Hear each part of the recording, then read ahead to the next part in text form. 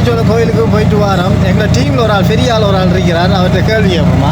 இல்லையா இங்கே பேர் தான் பெருசாக கூட கதைக்கிறார். கொஞ்சம் பாருங்க, கொஞ்சம் கேள்விகளை கேட்போமா?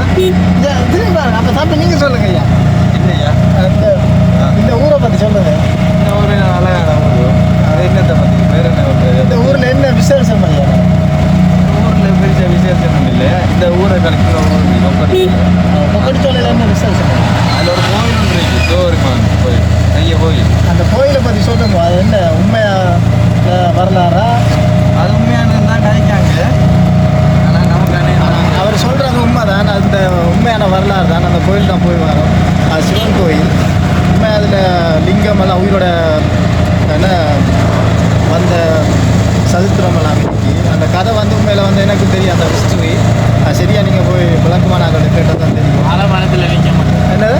ஆலமரத்தில் லிங்கம். ஆலமரத்தில் லிங்கம் இருந்ததான் டிரைவர் சொல்கிறார்.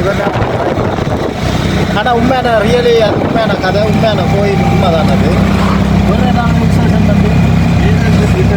தேரோட்டம் தேரோட்டம் தேரோட்டம் விசேஷமாக இருக்கும்.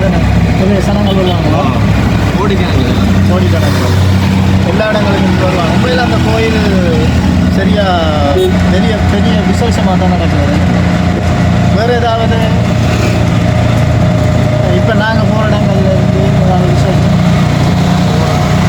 நாங்கள் இந்த போகிற ரோட்டில் ஏதாவது உங்களுக்கு சில வீடியோ தாரத்துக்கு நான் ரெடியாக இருக்கிறேன். உண்மையில் வந்து இதே மாதிரி காணொலி ஒரு தாரத்துக்கு நான் ரெடியாக இருக்கிறேன். இதை வந்து சப்ஸ்கிரைப் பண்ணுங்கள், கமெண்ட் பண்ணுங்கள், லைக் பண்ணுங்கள், ஷேர் பண்ணுங்கள்.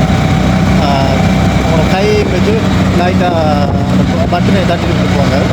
நன்றி, வணக்கம். அடுத்த காணொலியில் சந்திக்கும் வரைக்கும் உங்களுடைய